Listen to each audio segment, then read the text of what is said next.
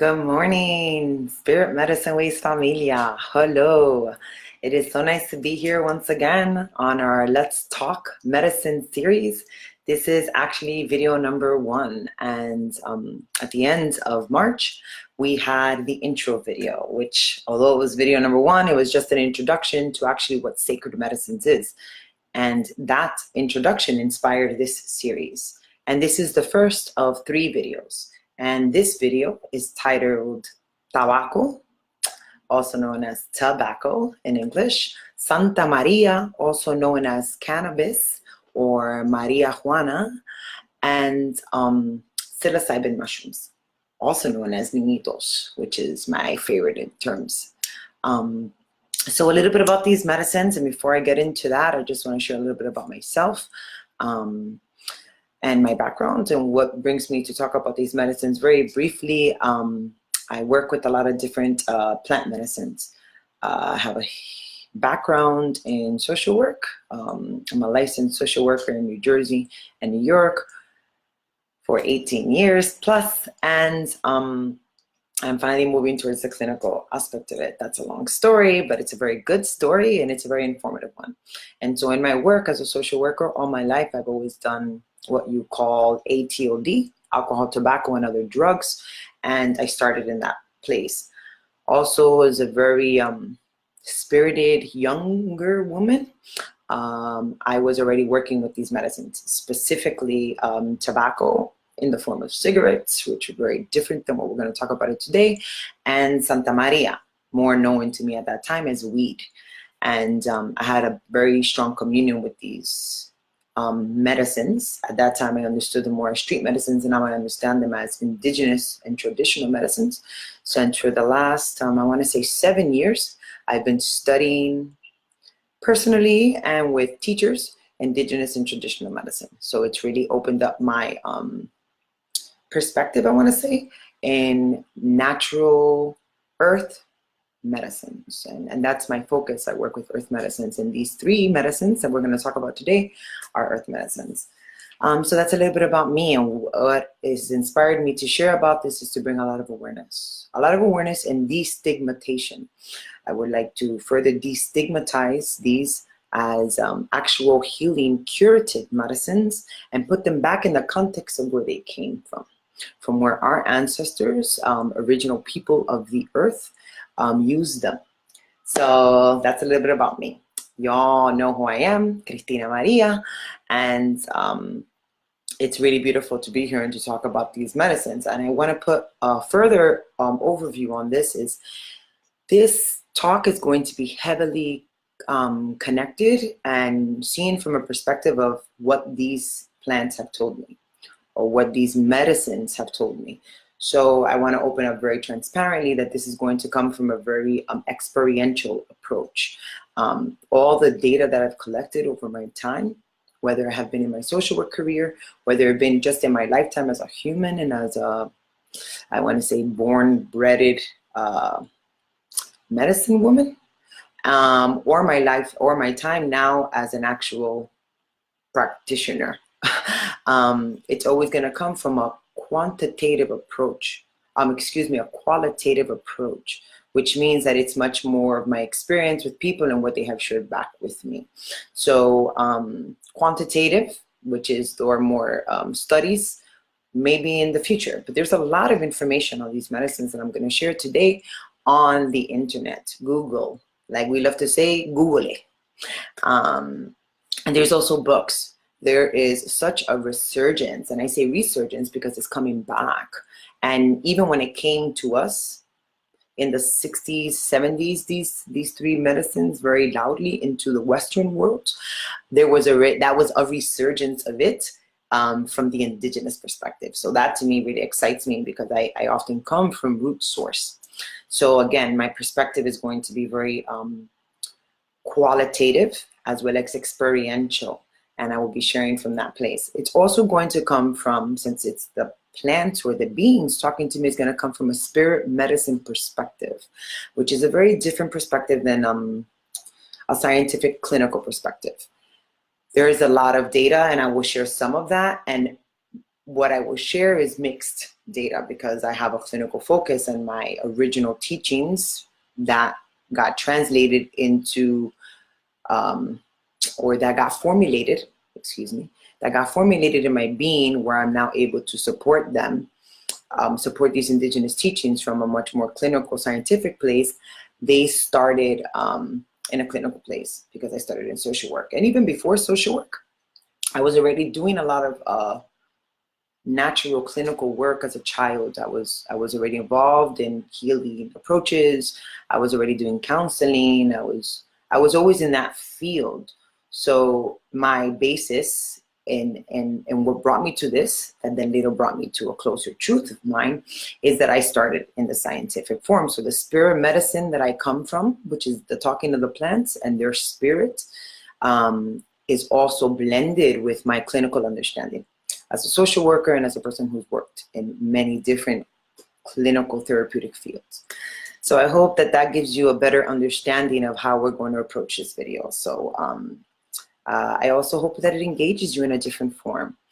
And I want to start out by saying these blessed spirit medicines, tabaco, Santa Maria, and niñitos, are understood, especially tobacco and cannabis, are understood as gateway drugs. Like, that's their original knowing in the clinical world. And while I was remembering that, because as I studied them, very much so from that perspective, I learned that they're actually gatekeepers. And that to me was so phenomenal and so exciting to be able to share, because gatekeepers and gateway drugs are very different, yet they have very similar roots in their words, hence the word gateway, right? Or gate, and gateway and gatekeepers, right? So from a shamanic perspective, gatekeepers are those who stand at the entryway. And they're very important because they actually open the door to us and they let us in. And they let us in and they walk us almost in, but they don't walk us the full way through. Hence why in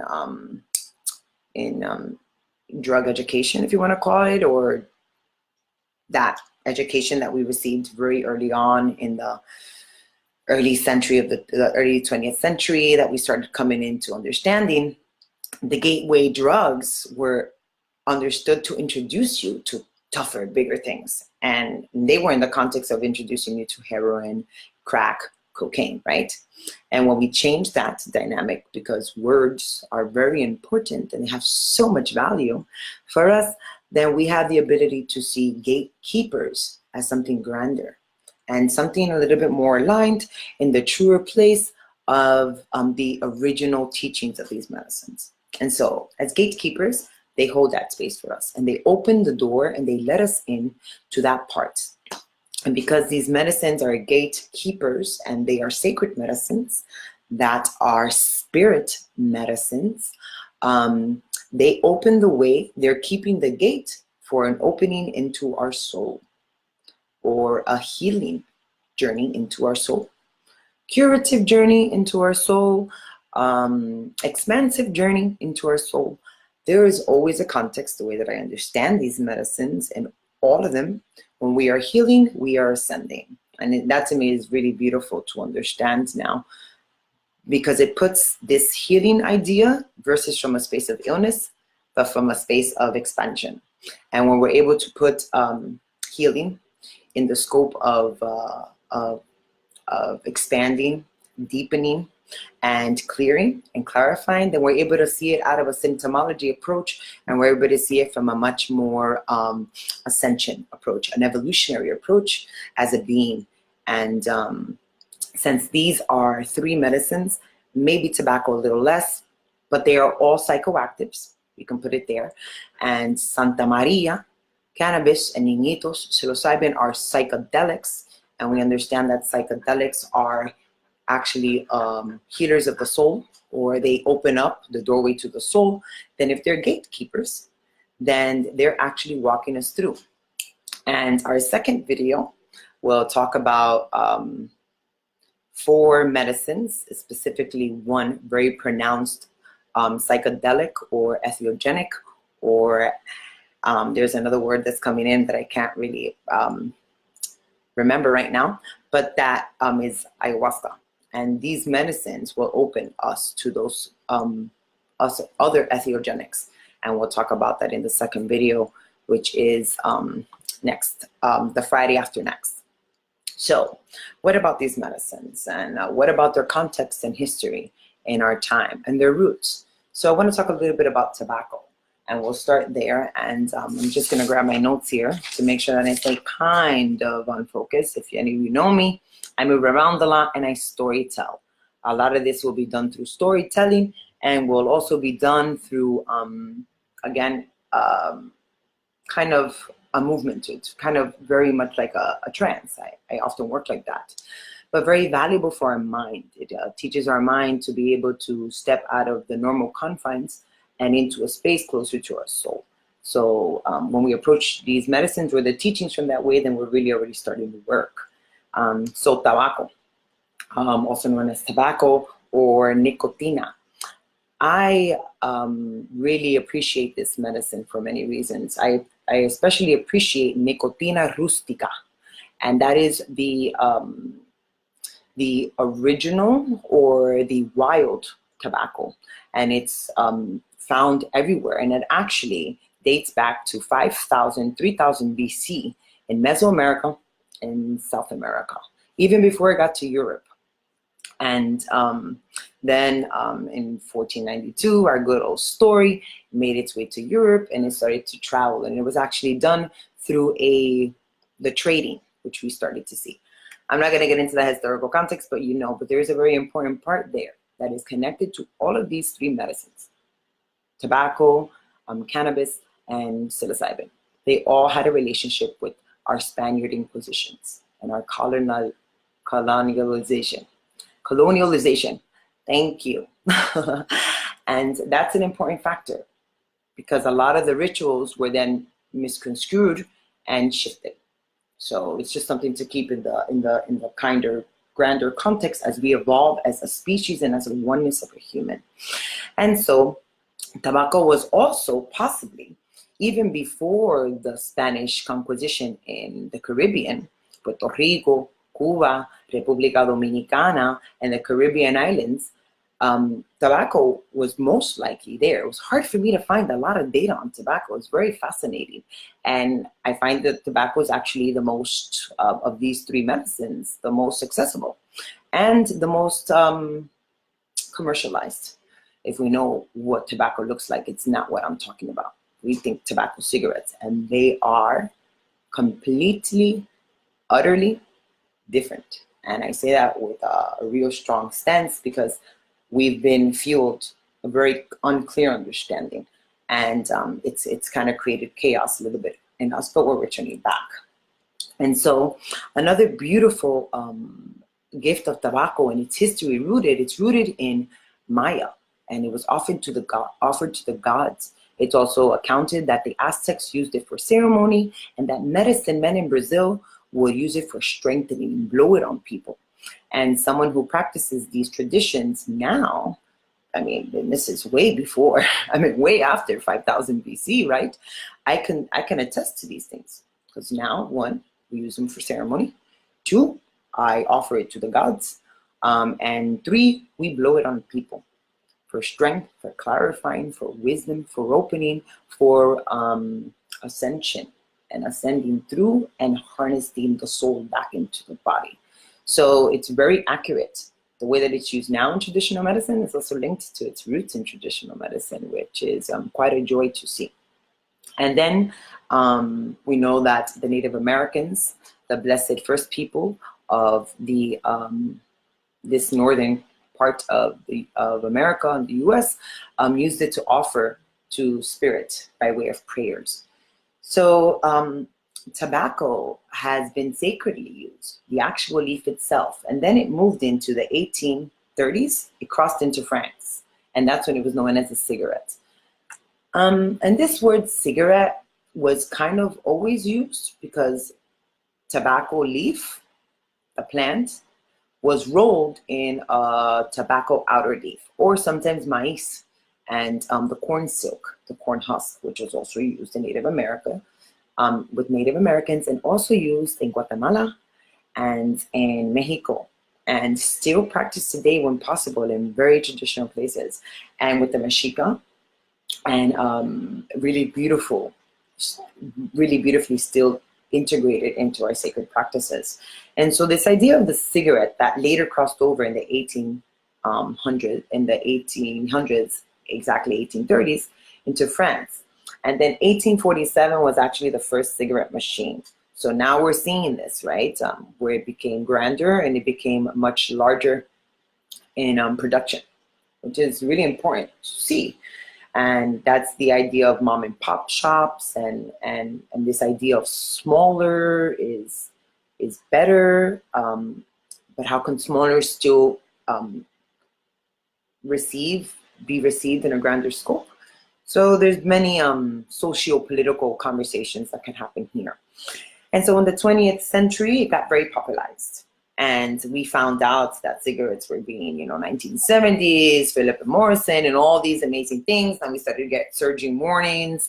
And actually in the 1930s, the Great Depression, huge, right? So the 20th century, it became a boom in the Western world, in the developed Western world, which is really very important. Then we learned that there was actually in these cigarettes that were barely tobacco, and that are, what we know as Newports, Marlboro, so many other names,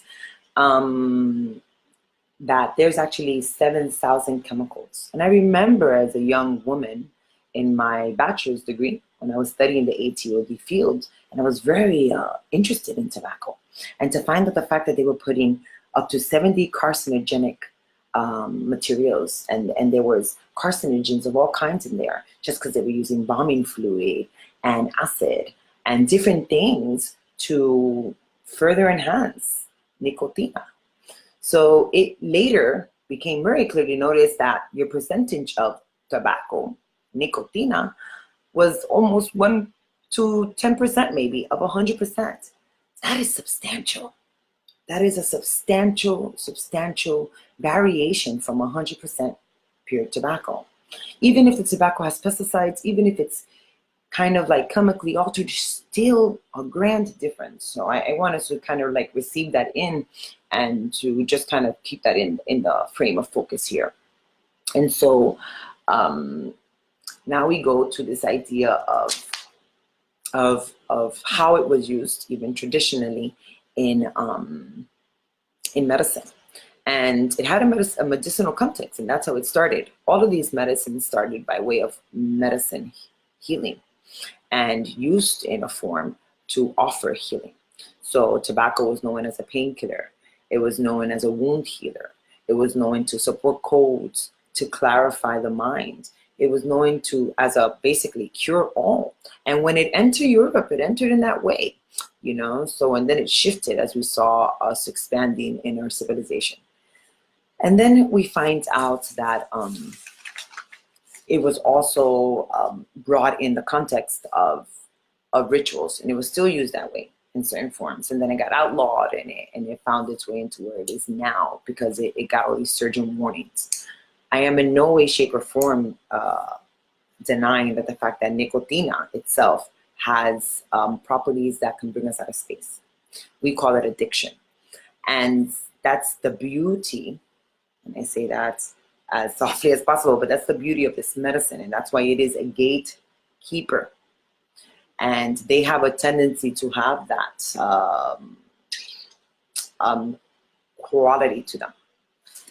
The reason it takes you out of space and out of harmony, meaning that it builds addiction in you, is so that you can see when you're using something free of a balance or harmony or centering. So nicotina, the way that it has the ability to heal, it has the ability to get you very out of space. That's also a property of Santa Maria. And so that's that, if you want to bring it into a shamanic perspective, that's that trickster energy, right? Which is very, very valuable in the world of spirit medicine and in the world of human evolution, because we all have that part in us.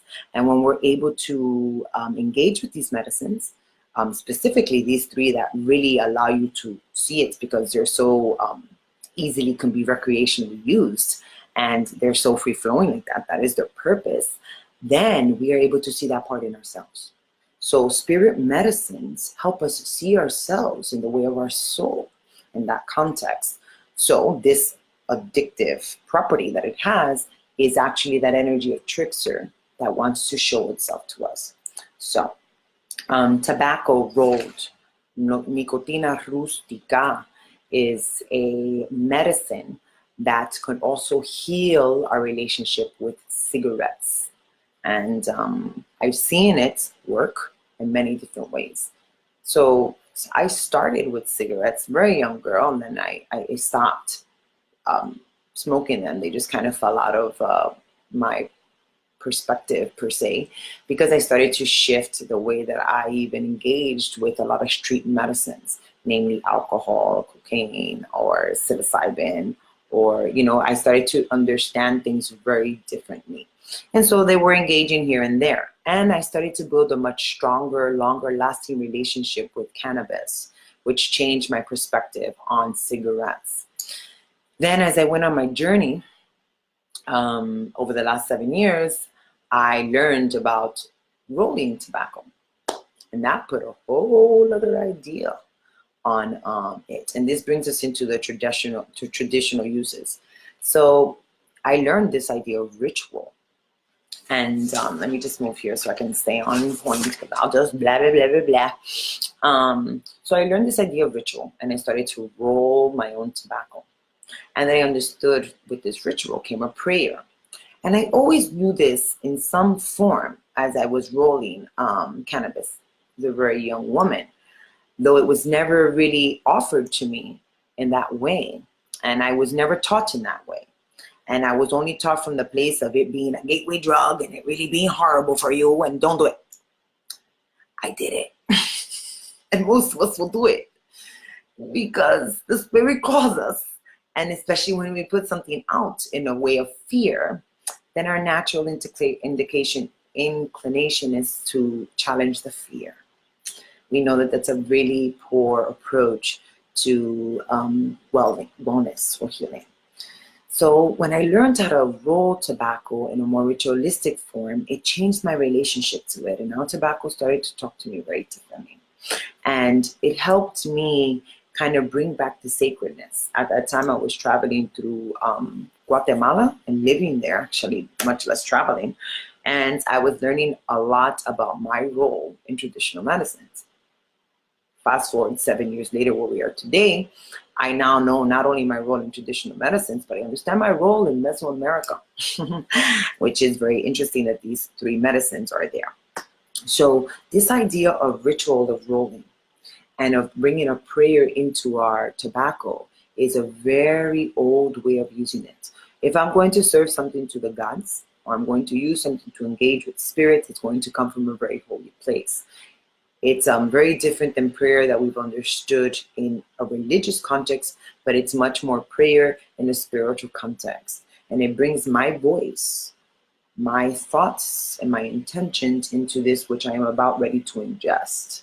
So therefore, this spirit that I have ready to ingest and that is on my paper and that I'm now rolling up and I'm ready to put to my mouth is going to go, and is going to go to spirits with my intentions, right? And then it's going to go into my body and now it's going to talk to my being. So it's definitely a two-pronged approach. There is also social smoking. That is very real. And even in social smoking, we are engaging with the spirit. So let us be really wise about how we use that social time. And if we always have it in our frontal lobe, as I love to call it, that this is a spirit medicine, then we're going to start to see it and engage differently. And we know the Western perspective on this medicine is one that it is damaging, it is cancer producing, it is deathly, it is dangerous, and it is a gateway drug. So we know that if we transform even the way that we approach that these almost start seeing a very different view in our world. And we're going to start seeing that. And tobacco, yes, has certain elements in it that can lend itself to connections with cancer, though it's very important to see the role of it. Because we also know We've had grandparents, a Latina woman, who has seen people smoking cigarettes and never had cancer. And then you have the other end that is saying that never touched a cigarette, was never around secondhand smoking, and now they're producing cancer. We're starting to learn that this link to cancer, although it be very real with certain substances and medicines, that is also something very larger. And so to put it in such a small box is to take away the power of its teaching for us as a being. So as I was saying, the spirit medicine and ascension approaches of this medicine is allowing us to engage in that way with spirit within and spirit without. How it is applicable to healing and evolution. And because it is a gatekeeper, it is really able to open us back to our understanding of earth medicines. I remember, and this is a beautiful story that I didn't understand it at all until I was out of it. So as I said, I traveled through Guatemala and I lived there for about 13 months. And because my whole travel was 16 months. And there was a lot of points where I went through a lot of hardship. It was a very tough experience generally for many reasons. And one of it was because of the relationships that I was keeping. And they had quite a context in what I've understood as hurtful healing.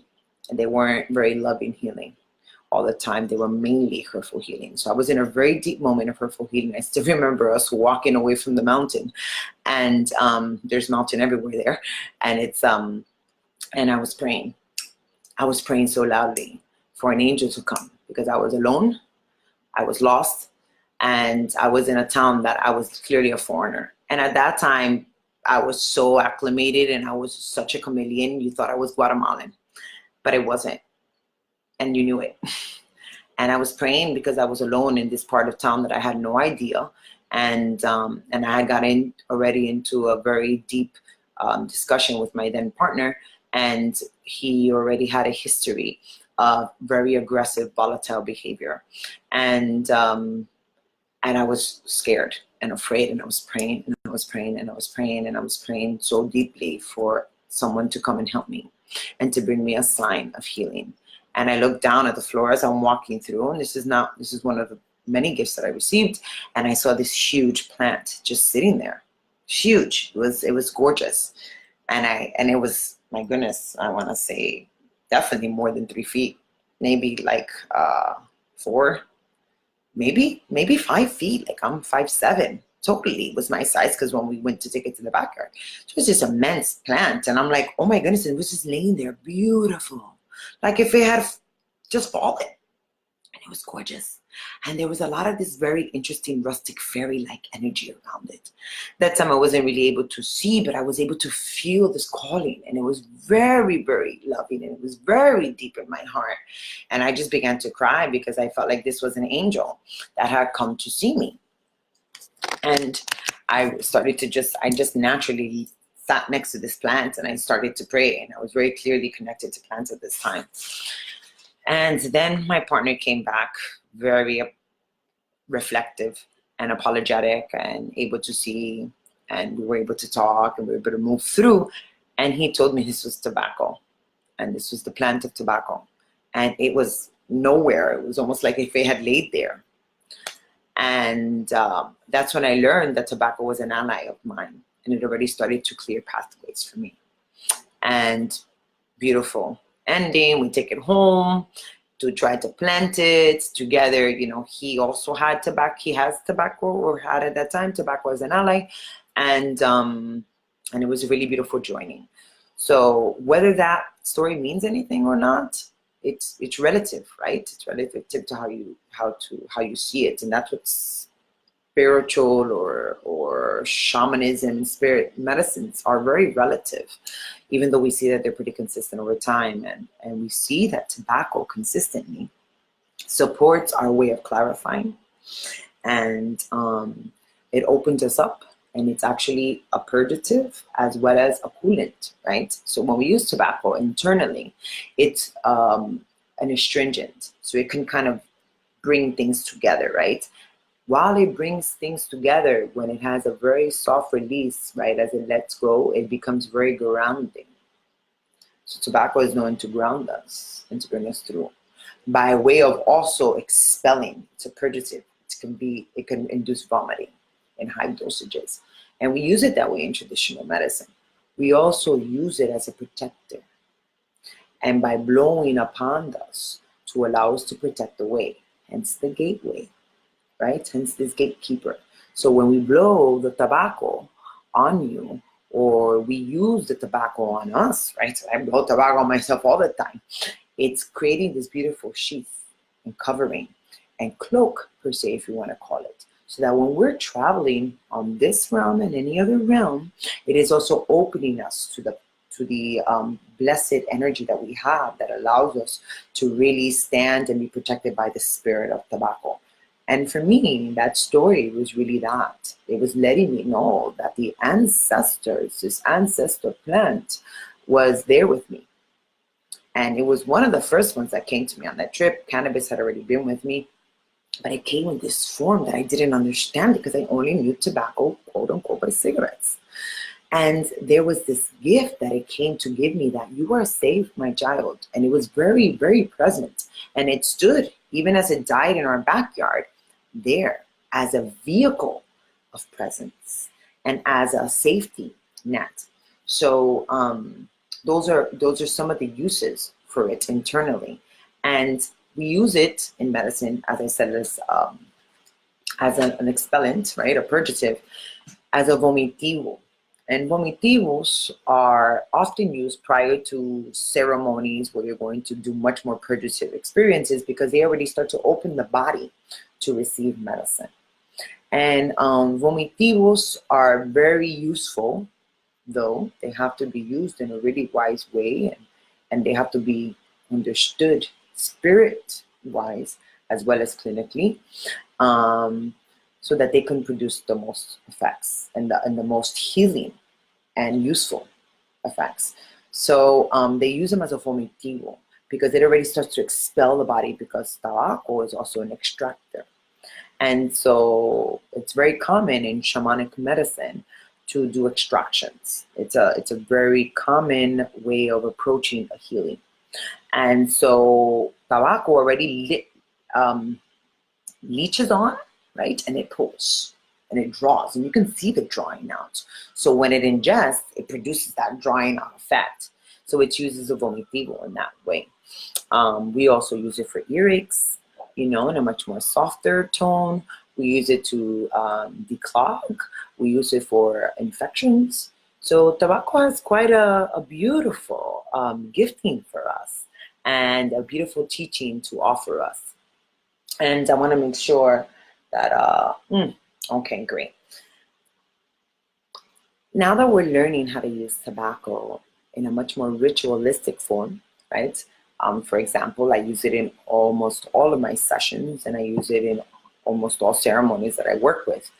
Either nicotina rustica, which is mapacho, or tobacco that's rolled, that comes from the Caribbean, that I use either way, depending on, and they're very much used for divinatory purposes, because tobacco is very euphoric, it's psychoactive as well, and so it can produce that part within us. So when we use it to engage in that way, it already starts to open, for me, many times the realm, to start being able to see, right? So it opens up the space. It's already clarifying the space in a way where I can really understand and see the forms and see what the medicine that is within me wants to see.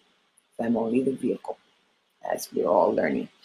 And so tobacco and setting is really important. There's social ways, right? Like when you use it.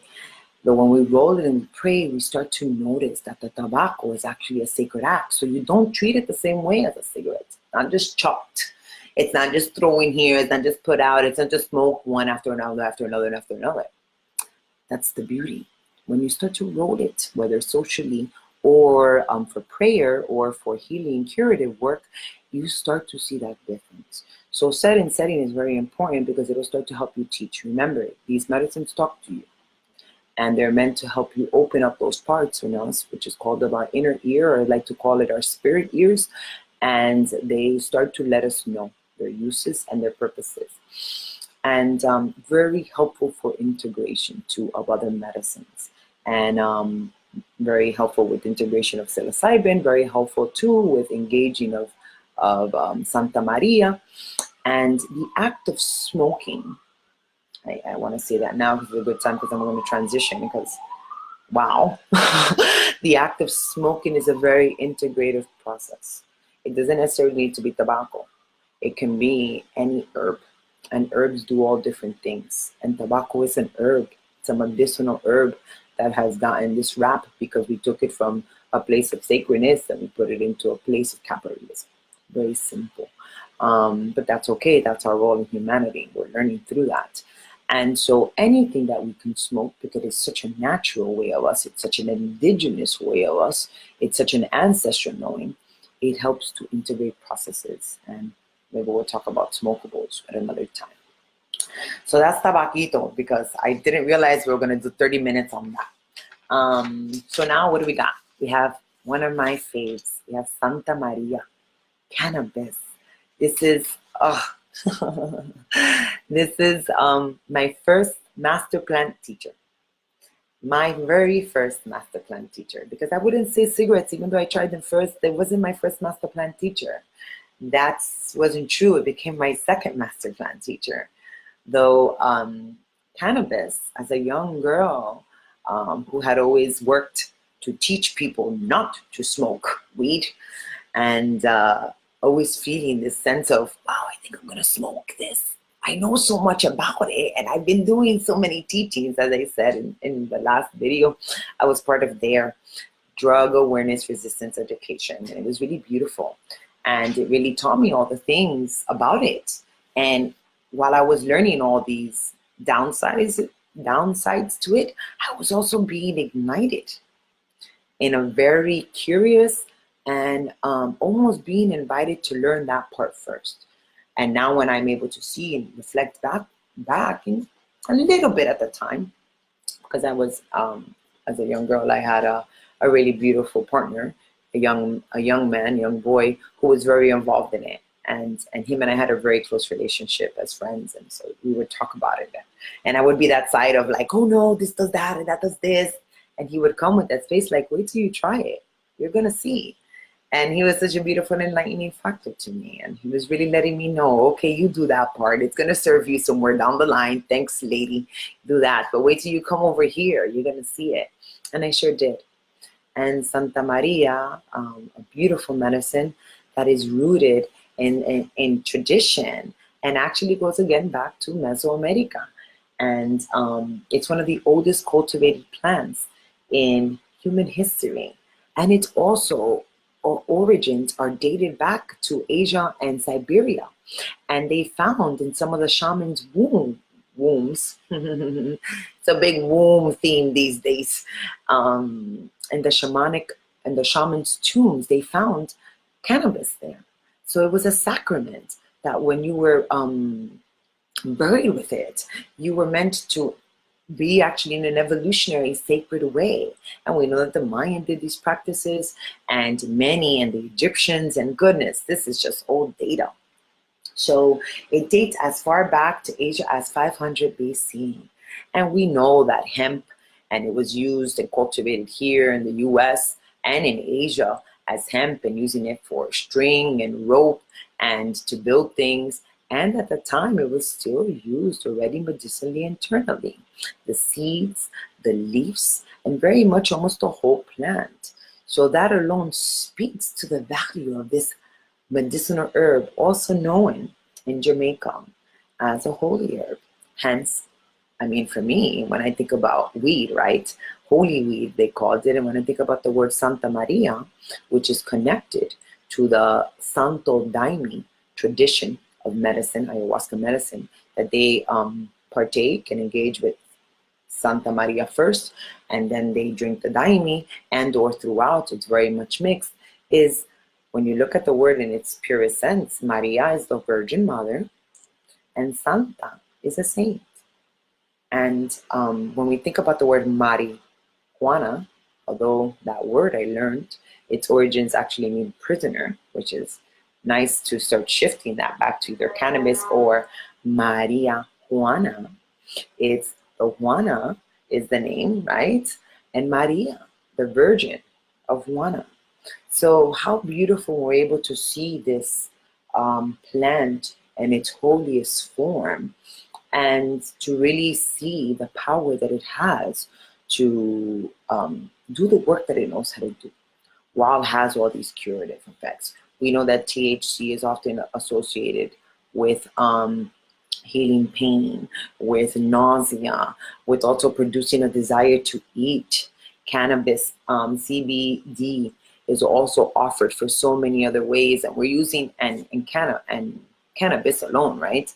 When it has over cannabinoids, 120 properties that we haven't even been able to fully isolate or understand.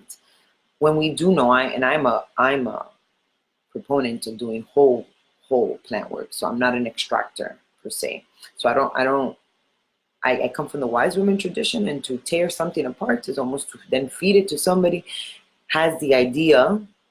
Not to say that I think these things are wrong in any way. They're just different approaches, and I find in my work that when we approach something from a whole space and we feed it to someone in a whole form, we start to see that the wholeness in them really comes in. It's a little bit of a longer process sometimes, but it's so worthwhile when done in a very intimate fashion, or in a very consistent way that's very uniquely assigned or created for somebody. So we know that whether it's the THC or the CBD, that we know that alone Santa Maria has been used to support appetite, as I said, to decrease nausea, to soften the mind thought process. It's also used to support and help anxiety and overthinking. At the same time, little trickster can do that to you too when you use it out. It's also used to allow us to open and expand ourselves in almost like a very gentle way. So Santa Maria also can produce euphoria. It's a psychoactive, right? It's euphoric. And it also has the ability to really allow us to see ourselves, right? These are the psycho-spiritual, to see ourselves from a very kind, playful experience. And it can do that. And it can take us like beautiful niñitos deep into the mind of chatter. And that's when you're set and setting and you're in a space of safety and love and being held, that it can be shifted a little bit, right? Because that's what we've learned. We've learned with human evolution that environment is everything.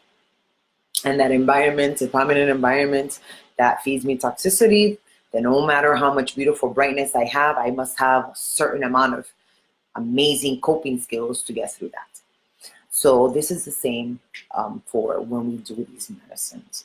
And so Santa Maria has also been known to support an ode for cholera, and it was used for stomach ailments. And that was some of its first medicinal uses. So this plant can be smoked, can be used as tea, and can be eaten. I know people who like to eat it. I'm preferably a smoker.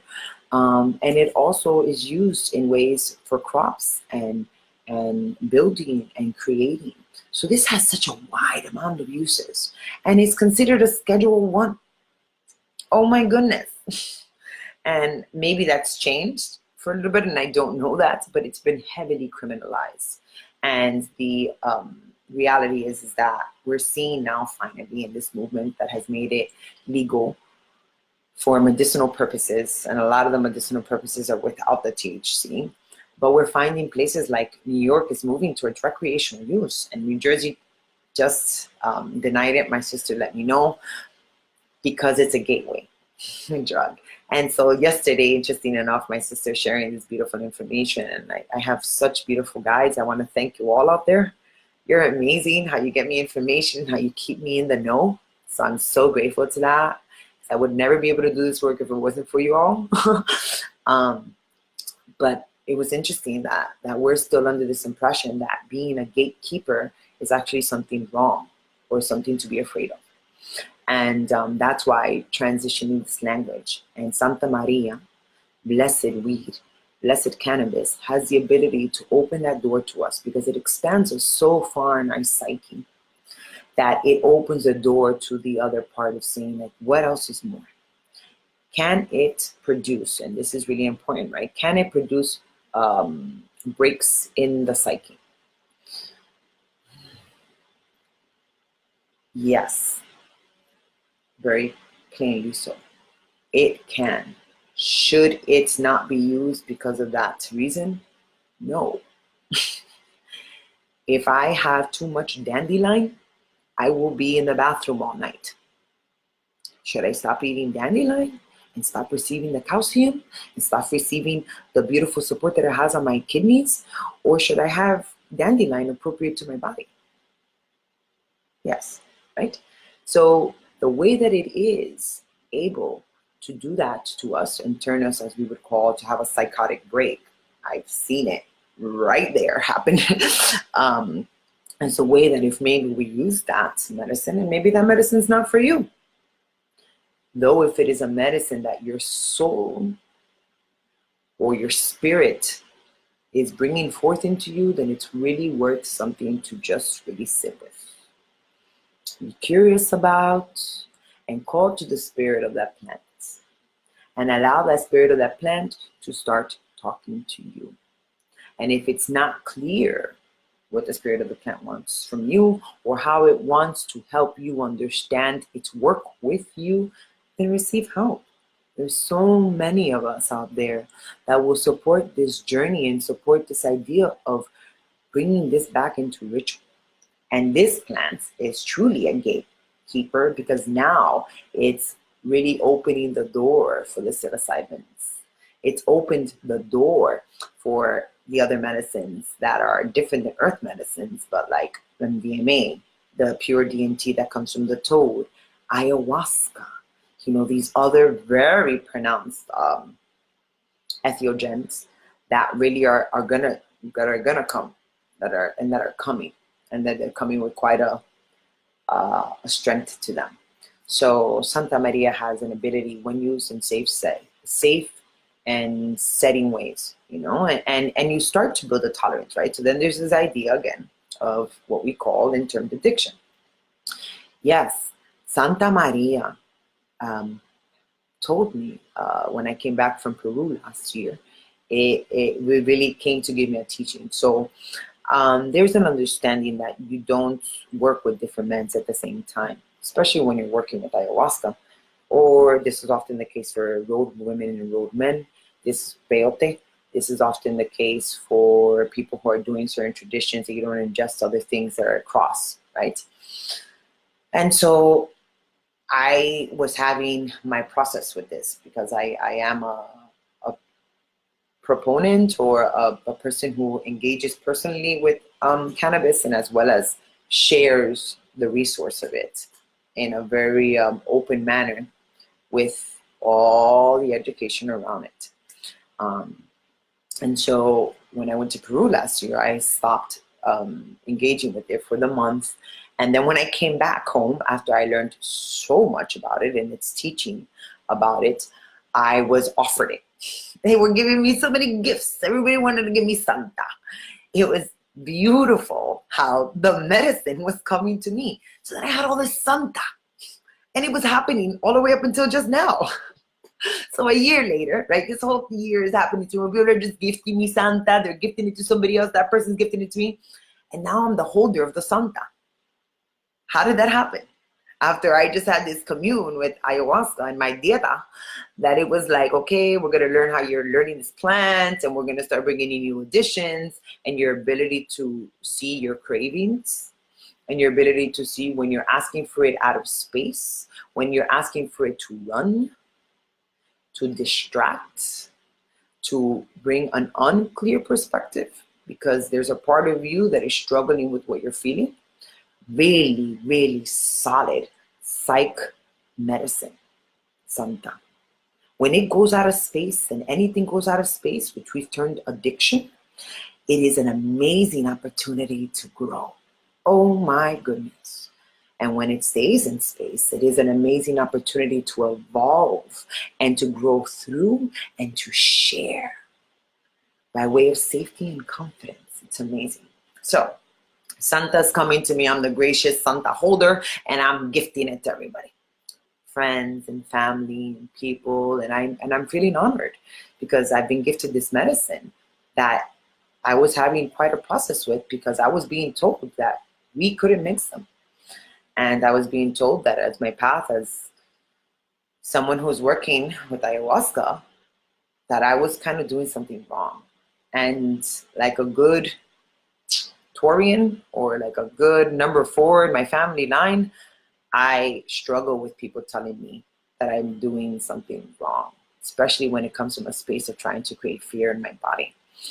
And or take away power from me in a way. So I had, I like to think that I had, but I still operate from that wound sometimes, yeah.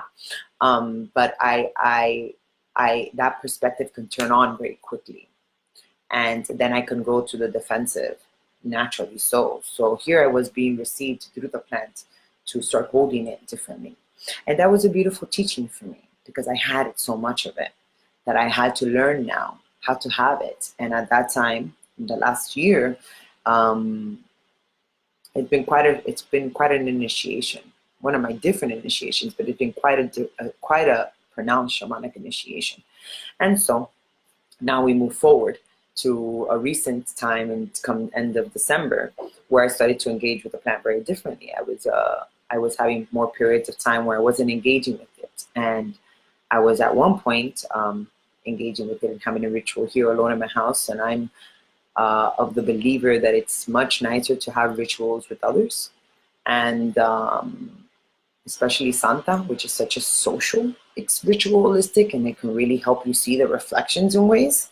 When you don't get kind of lost out there, you can do this and be there.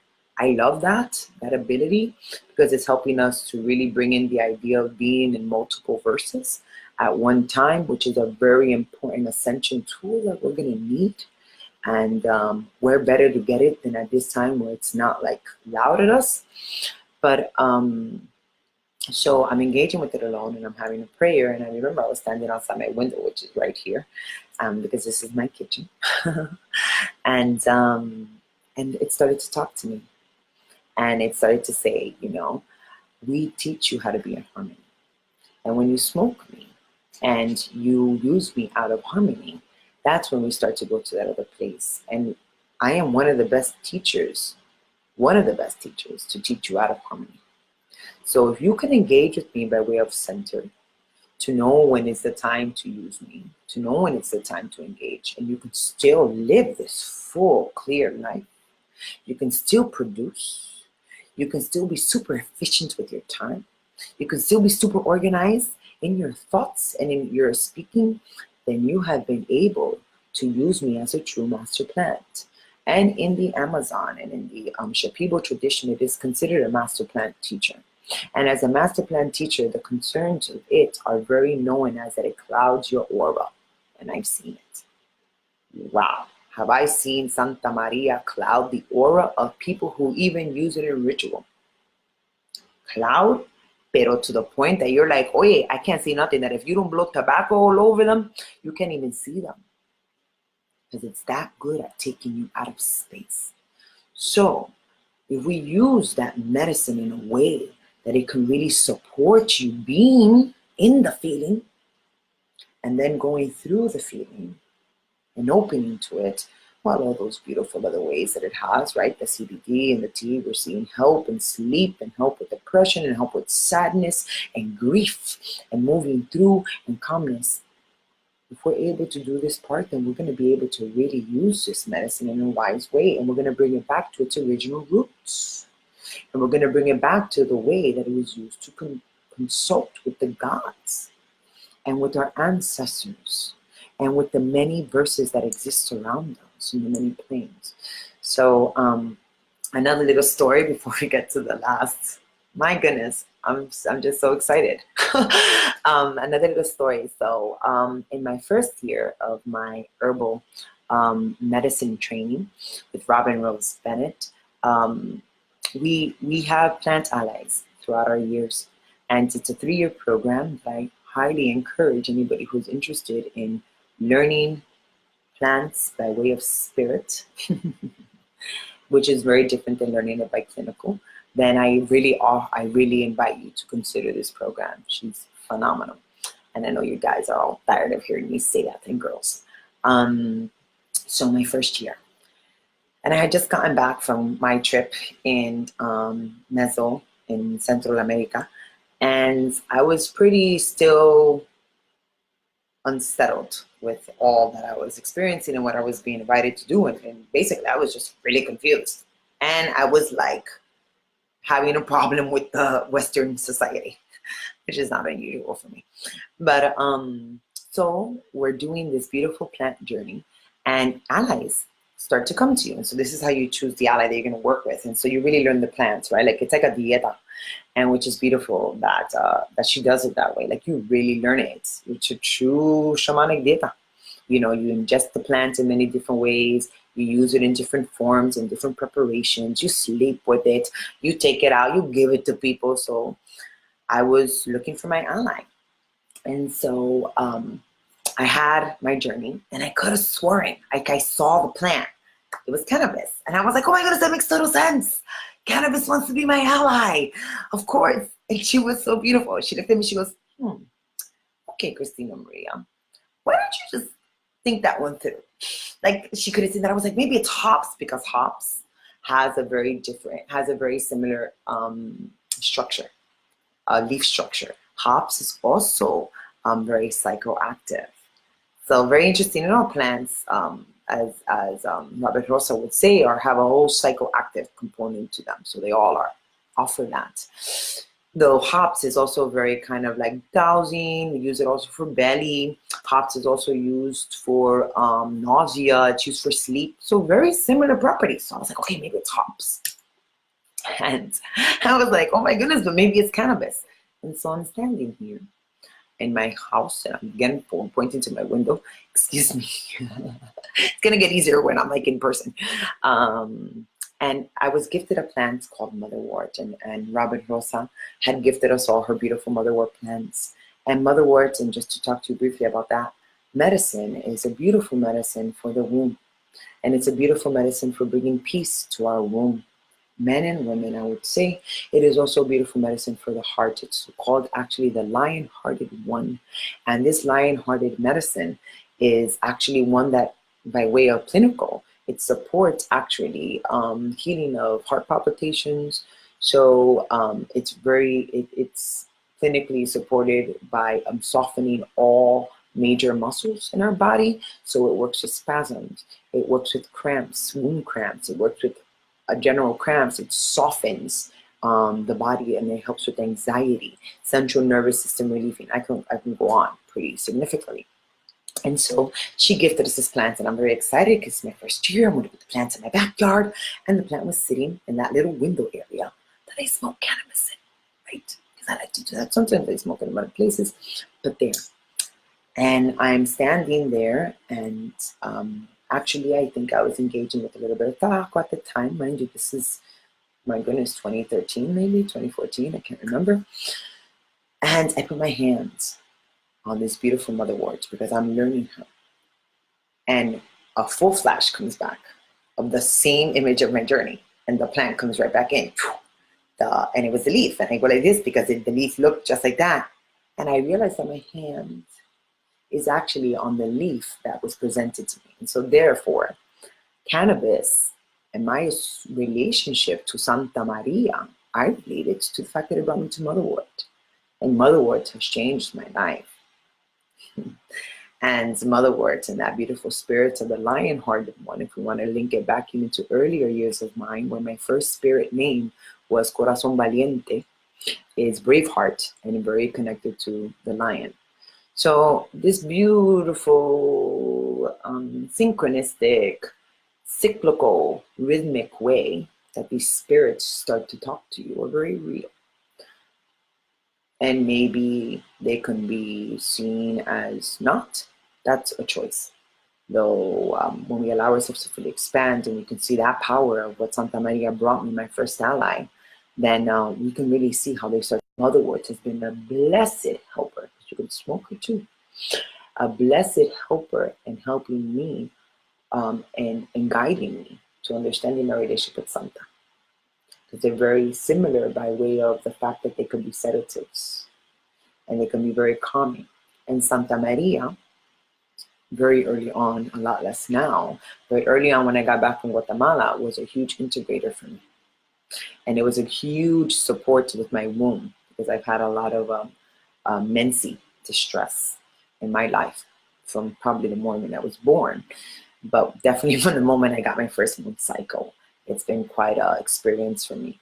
And I still remember the day that I was about 15 and I was always with older women, older girls, and one of them telling me, smoke weed, it's gonna help you. And it sure did. And it changed my life with my menses. And it changed the relationship that I had with it. Still had a very, very, very traumatic lifetime with it, but it's, my goodness, evolved so beautifully. But I say that by showing the fact that Santa was talking to me through, Mother Earth was talking to me through Santa, and Santa was a beautiful gatekeeper for me to enter. And Mother Earth has changed and opened me in my way to plants extremely, very uniquely for me. And it was very much guided to do my first plants because I do a lot of women and womb healing generally with humans. So it makes total sense. So setting is super important. Those beautiful benefits that I shared. Also about the fact that it's so integrative. Santa is beautifully integrative. And if we're able to use it in such a way that it's ritualistic and it brings in a lot of harmony, it can help with these other major psychedelics. And it can also help when we've had a lot of, if we've had any breaks in our psyche, it can also help to restore psychological distress or to bring us through something, depending on increments, right, and amounts. We have to go these things slow, and that's why we do it in the guidance of others. I think that's about it for Santa. I just want to make sure that I, oh, and lastly, we know that Santa is very pronounced in the Rastafarian community and tradition, and it's used very much in spiritual ascension and work with God. And in Jamaica, it was brought over by Indian slaves in India, actual. And again, linked to the Spaniard colonization. And I remember growing up that we would always pass the medicine. We would pass it the way of the sun, right? Always pass it, right? And clockwise. And if you would pass it to the right, you were going counterclockwise, right? And so I learned, and this may be untrue, but it seems pretty logical to me, that they would pass it clockwise to talk about moral and social and political things. And they would pass it counterclockwise. They would do it to connect and work with God, Jah. So I thought that was just a beautiful thing to share about it and how it related to my childhood, that we would totally pass it to your left, you know, and you would totally pass it to the right, but it would go over. And we still now pass it to the right because we're used to going that way, but I remember when it started that way. So I thought that would be interesting to share.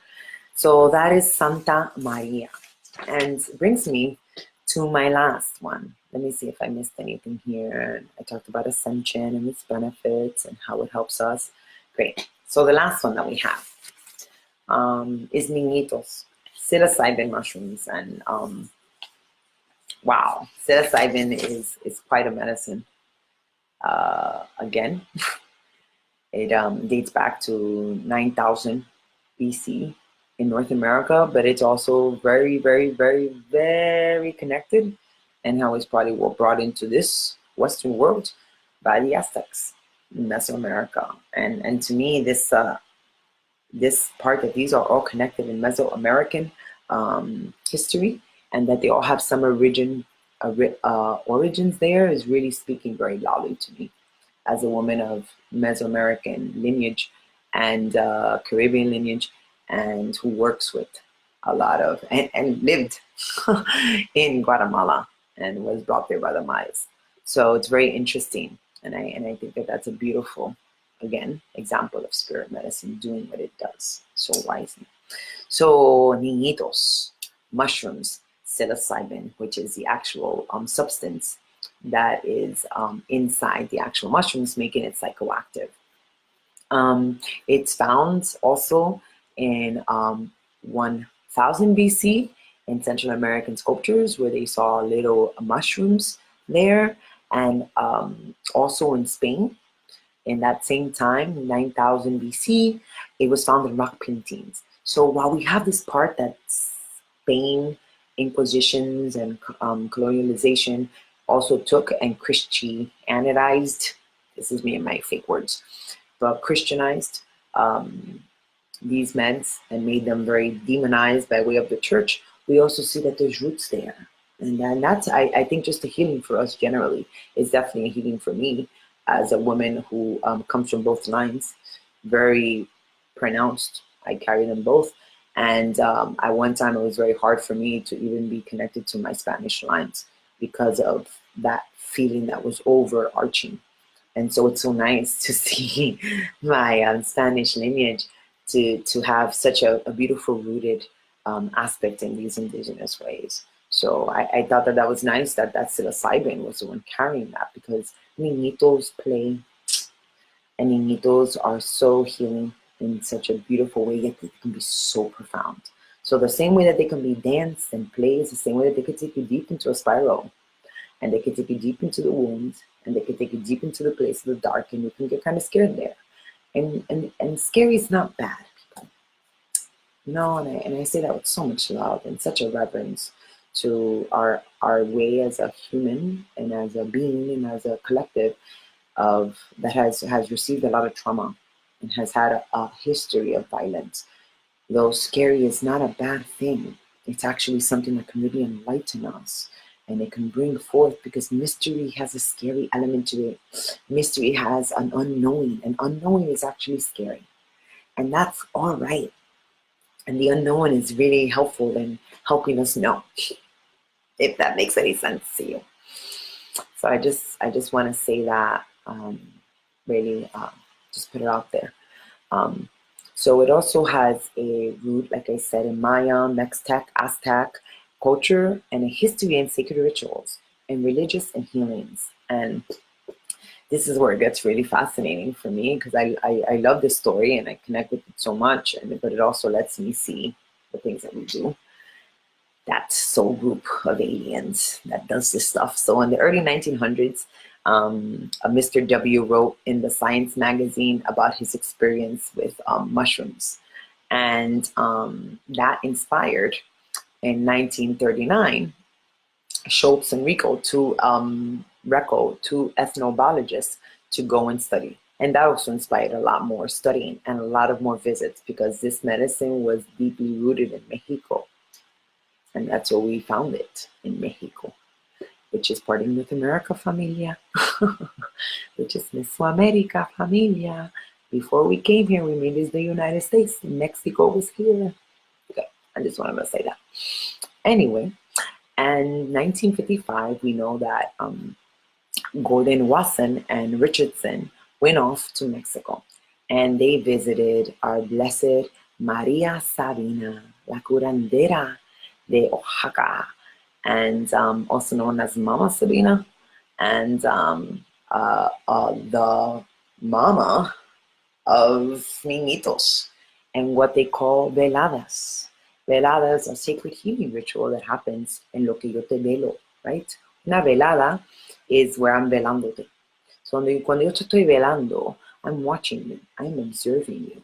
And actually, if we all know, and as Maria Sabina, if you look her up, there's a beautiful article.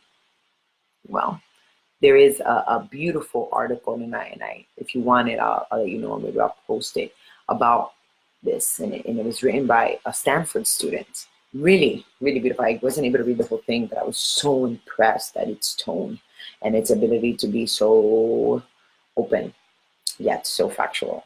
That to me is very, very gifting. And so Maria Sabina would offer the velados. And un velado, if we know, is like where I see you, where I watch you. And she would also offer cantos, which we know are very connected to Icaros, and which we know are calls to spirit, and which we know that is the niñitos that provide them to us. And it's the medicine in us, the spirit. And she would say herself that she was just the vehicle for this. And so she would call to that part of her spirit, the niñitos, and she would do healings with the people. And so that was actually its original sense. She only ever worked with it for healings. And so when these two men in 1955 came, Watson and Richardson, to just get enlightened, it was something very off for her, but she opened it, the door to them. And then that connected. They went and brought back like bits and pieces to Hoffman, Albert Hoffman, who we know is the LSD guy. He synthesized a psilocybin. And so that's how we started getting it in. And then in the 1960s, we had Leary and Richard Albert, who really started to get a hold of this, and that's when it started to really move. I just want to share a little bit part of the tradition and how after Wasson came back, he 2 years later published that magazine, published an article in Life magazine about the magic mushroom and about her. And that really opened the door.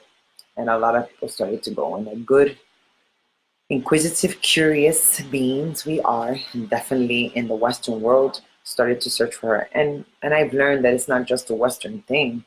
They did this in Guatemala, right? As soon as they found out that there was riches in the tombs and the temples, guess what happened? They started to rob the temples and the riches at the bare feet of the sacred ones. So it's a human thing. It's a human phenomenon.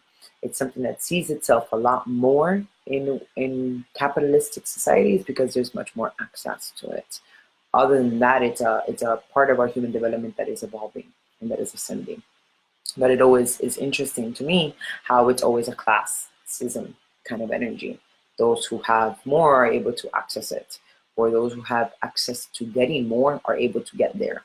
So that's always pretty a pronounced thought that finds its way into my kind of thought process. So after that started to happen, after Watson wrote this article in Life magazine about the veladas, she started to get pretty charged, and everybody wanted to come and get some niñitos.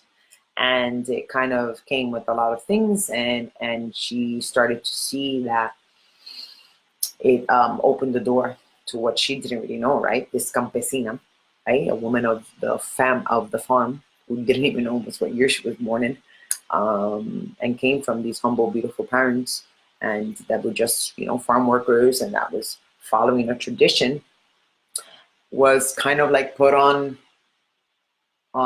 spotlight.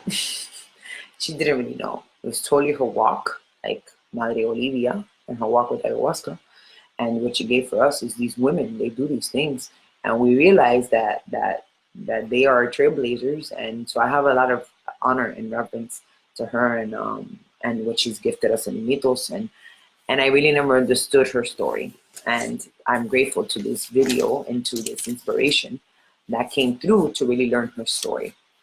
I want to share as we move from there that in 1960, Timothy Leary and Richard Albert did a study, and the study showed that they offered psilocybin to prisoners and grad students, and it showed recidivism rates lowered, and it showed more empathy.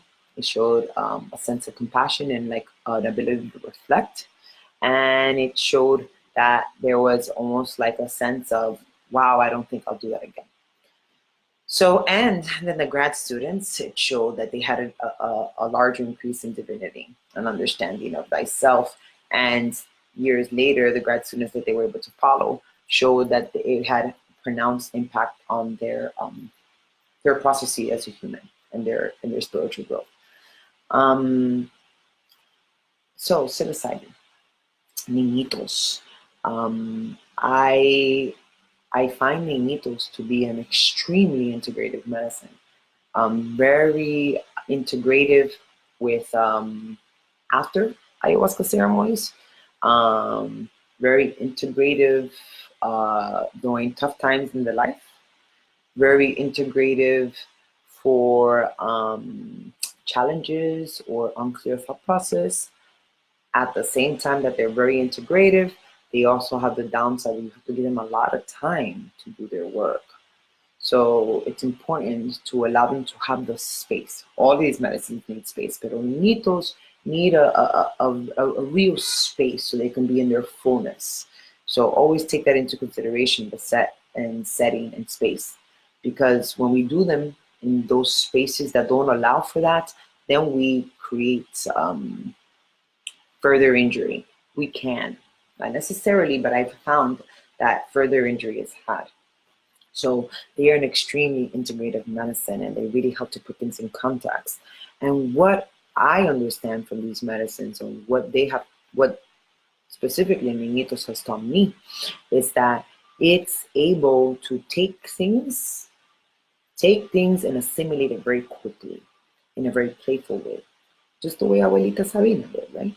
So she would get it, she would ingest large amounts, usually larger than the rest, and she would then canta, right? And start to just go, woo. And the people would have their process, sometimes dancing, sometimes moving, sometimes on the floor, and she would see the illness, right? Like it would move to her, like that, in that way. So the way that Niñitos move in that way, kind of fast, they also can take you into that place very deeply, kind of fast, but it's always very almost superficial. So I don't know if I want to do a natural comparison here to Abuelita Ayahuasca. So if you know ayahuasca, it's hardly superficial. It's very deep. It's like it can skyrocket you in, and at the same it can keep you in. Whereas Niñitos, because it's a lot easier to be more recreational and a lot easier for them to be in a much more open setting. There isn't as many, it can be visual, highly visual, it's very visual for me, but it can also just be very perceptually shifting. Whereas ayahuasca or LSD, which I would say are much more equivalent, can be very visual and take you right out of space, out of body experiences. Niñitos are very good at bringing you very back into your body. So they're very earthbound medicines, and they're very, very connected to the fairies. And as we know, that fairies, if we know anything of, if we practice the lore, fairy lore, then we know that fairies are actually the closest spirits or spirit beings that are related to humans, right? Because they can have feelings they have feelings like us, and they also can emote. So they can have jealousy, anger, rage. They are like, the difference is that they are frolickers and they're fun, but they can also be extremely mischievous, and they can be tricksters, very much so. So Niñitos are very good at bringing that realm alive. So they are a very nice gatekeeper to allowing us to see the bridge.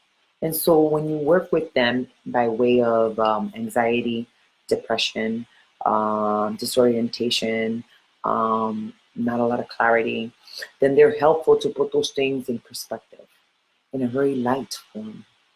They're very good at helping you look at yourself from a space of play, like children do. So they bring you to that place in your body, so they can bring you close to those uncomfortable places, or the wounds per se, or the places that we're healing through in our psyche, and do it without having to push.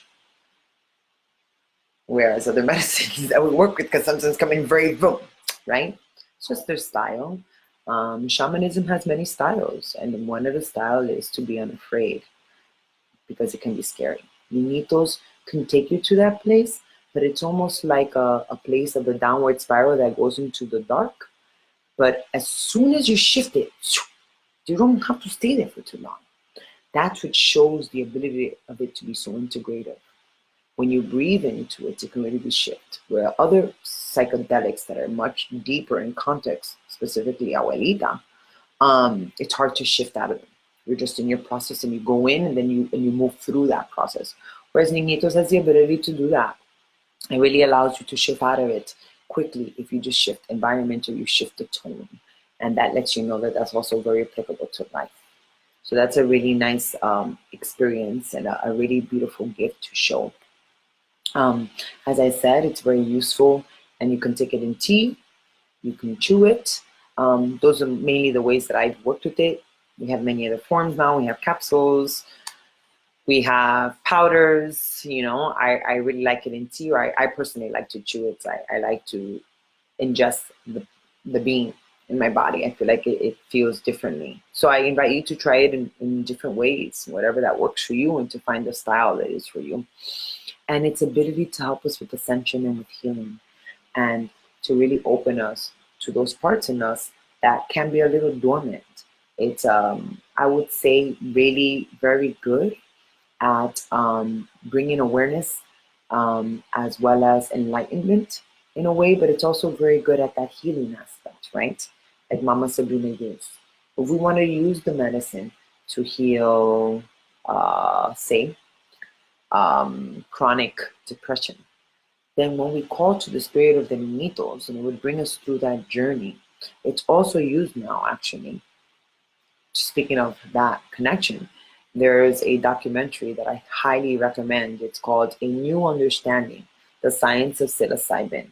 And it's resurfaced data and research by Robert Barnhart. And it's from the 1970s, when, you know, all these medicines were kind of ended in the 60s, and everything went into scheduled ones and criminalized and all that stuff, the war on drugs. And so there was a lot of work being done with cancer patients who were terminally ill. And they were finding that this helped to bring psilocybin helped to bring a bridge between life and death. And it does that work in such a soft, gentle way, and very playful and lighthearted. So we're seeing that it helps to support and to move people through anxiety as well as forgiveness. So these very fine also bring a sense of gratitude. Niñitos are really helpful at bringing a sense of gratitude back into the process. But like, not because you had to die so much to get it, but because it helped you see it in a much more peaceful, kind of playful way. So this is one of the medicines, like Santa, we bring in psilocybin into seeing its medicinal uses and impacts in a way. I invite these medicine, when it can be done, all of these medicines, tobacco being the one of the least, but when they can be done in nature, my goodness, even if it's like a park and there not be so many human processes, that's really helpful. It's really going to support the spirit of the medicine to work with your soul. And it's going to support the work that you're doing with your own process. And then you're going to have the nature spirits much more accessible to you. And these medicines, Santa and Niñitos, are very supportive when they have nature. Not to say that they can't be done in your house. Not to say that they can't be done in a place that there is a real a container that really supports the elements or the nature or the spirits to come in and to do their work. The spirits have to have a space that they can enter. If not, they can come very kind of like choppy.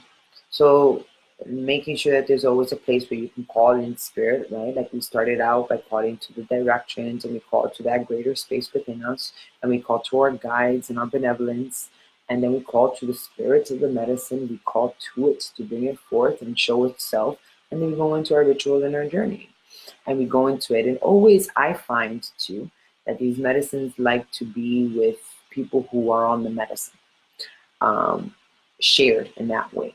That's how I've always experienced them. It's not to say because I've experienced them. Excuse me, that's not how I always experience them, but that's my preference on how to experience them. It's not to say that I haven't experienced them with people who are not on the medicine. That's been an interesting teaching for me too, as a facilitator. So that itself was its own healing for all of us, and it was very, very insightful. So maybe I would still invite possibly certain people who weren't on the medicine to be part of the ritual in some way if they weren't ready for that. Let's see. But I think I have a different, I just look at it from a different place. But hey, that's for you. I invite you to try it. So yeah, this is also very, and this last point on psilocybin, very hopeful on communing with spirits, and on communing with spirits that are sometimes hard to access because part of us has some dense matter. They are very helpful and in bringing everything alive around us. Now, all psychedelics do this, and in some way or form, but Niñitos do it in a way that's very, very subtle, very subtle. They have an ability to do that, and so they allow you to soften into the medicine and to feel those subtleties and not to get overwhelmed by them, which other medicines can get very overwhelming very quickly. That's what lends this medicine, like Santa and like tobacco, to be much more recreational. That's what keeps them as gateways. That's what keeps them as gatekeepers. Their subtleties. You know, you want somebody that opens the door and greets you there with a nice soft, hey, how are you? Come on in. You're about ready to experience your soul. Okay, you didn't know that? Don't worry, you're going to be fine. You're a little scared? Don't worry, just come right back through this door. We invite you to go through the other doors so you can kind of cross the bridge, but that's cool. You got to come right back here. I'll be waiting. Like, that's amazing. So that ability for it to really receive subtleties and to open you to the subtleties that exist around you vibrationally is a gift. And so the more that we engage with them in a ritualistic practice, psilocybin, the more that we can offer that ascension, that spirit evolution to ourselves. And this medicine, I would say different than Santa, this medicine builds. It's a builder. So it'll build on top of another and on top of another and on top of another. It's very much like, definitely very similar in my experience to Abuelita. And this may be able to be said about all psychedelics. But from my understanding, this is a little different. It really does build a way of expanding your gifts in the realm of spirit medicines. So it's nice. They're a real gifter to use in that way. So yeah, that's our Santa, our tobacco, and our psilocybin teachings and what the plants have told me.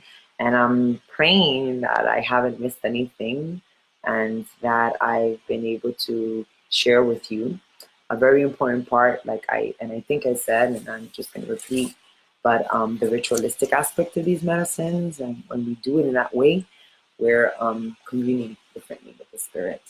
So in the spirit of the medicine, we're going to end this program with some reminders. And but before I get to the reminders, I just want to do a little rattling and a little soft call to them and a thanks to them for them being present. So I'm going to bring this little rattle right here. Yeah. Oh goodness, I just noticed the mattress. So we're just gonna, however that is for you.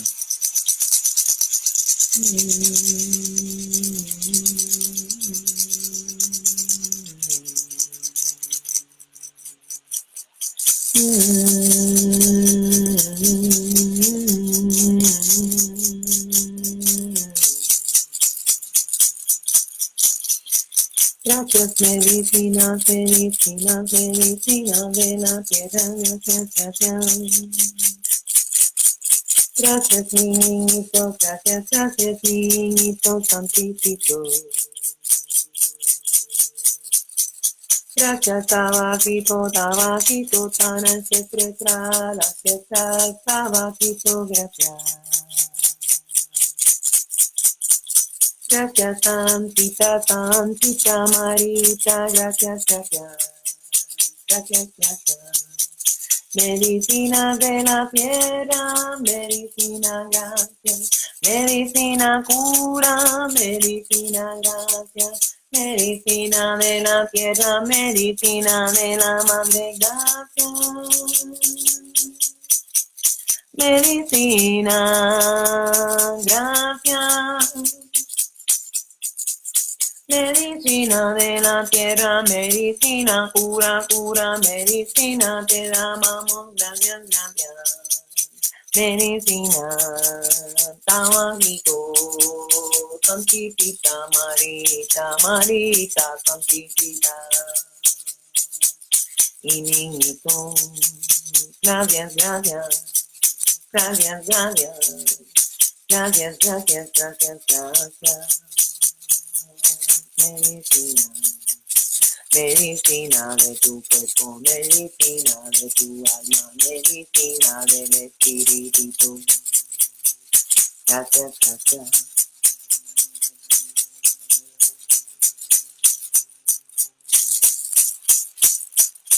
Thank you so very much, medicina de la tierra. Thank you, niñitos. Thank you, tabaquito. Thank you, Santa Maria. Thank you so very much, Earth Medicines, for bringing us so deep into our souls. Thank you for returning us to the knowing of our indigenous traditional ways. Thank you for connecting us to the ancestors and to the ancient wisdom that lives within us. We are ever grateful to you for bringing forth the healing so that we may ascend. We are ever, ever grateful, and we love you and our divine son. We see you and we honor you and we welcome you into our space. Holy and full of grace and full of love in all ways. Gracias, gracias, gracias, gracias, gracias.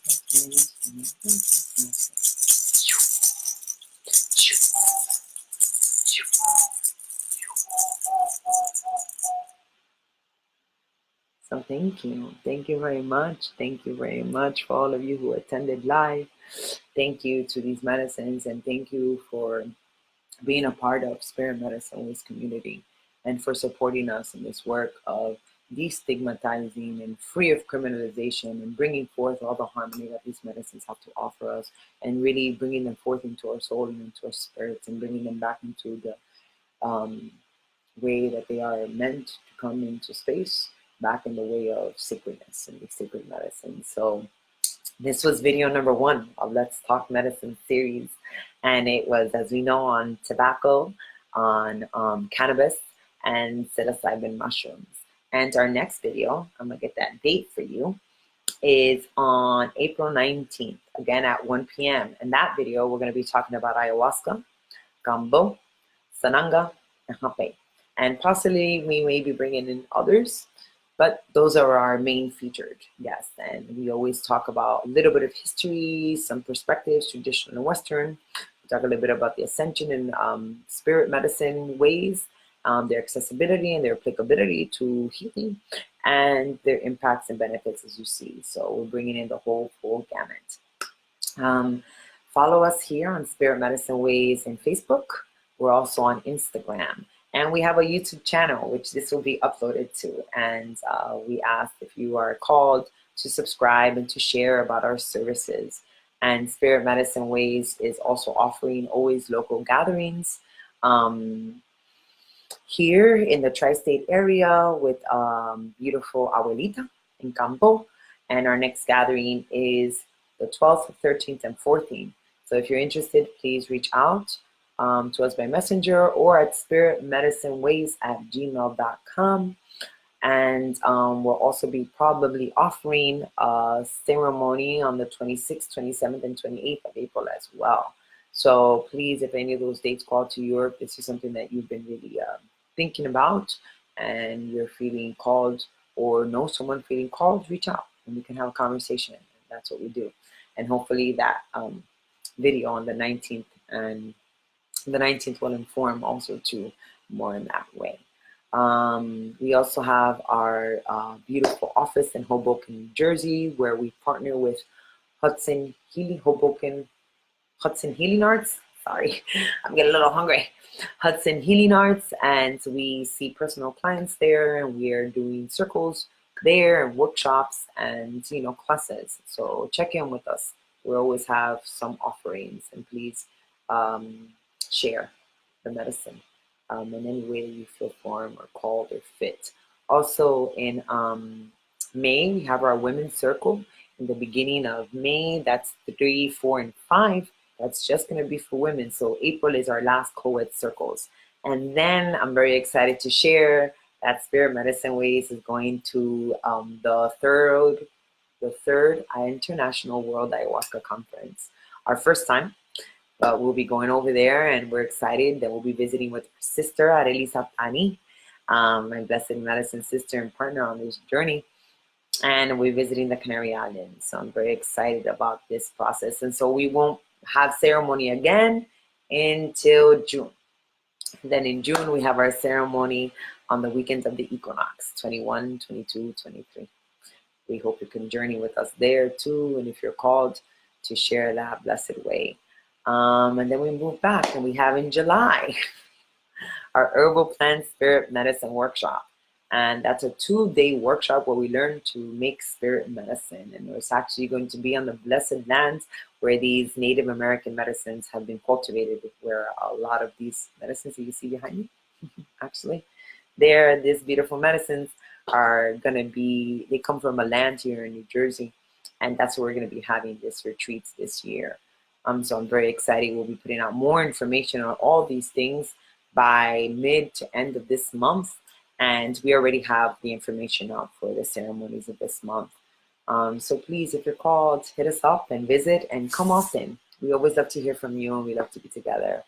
With that being said, blessings of this new moon in Aries, and this beautiful time that this fire is coming to enliven all the parts of us that have been feeling a little bit down, a little bit dim, to allow them to step out and to bring forth that spirit fire of our soul and that fire of our spirit, and to bring it into allowing it to really show itself.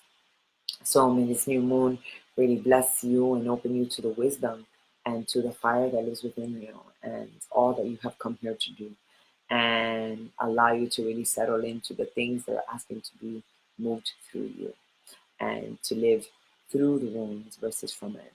And with that being said, I love you all so much, and I'll see you again very soon. Blessings of this day, and hasta pronto.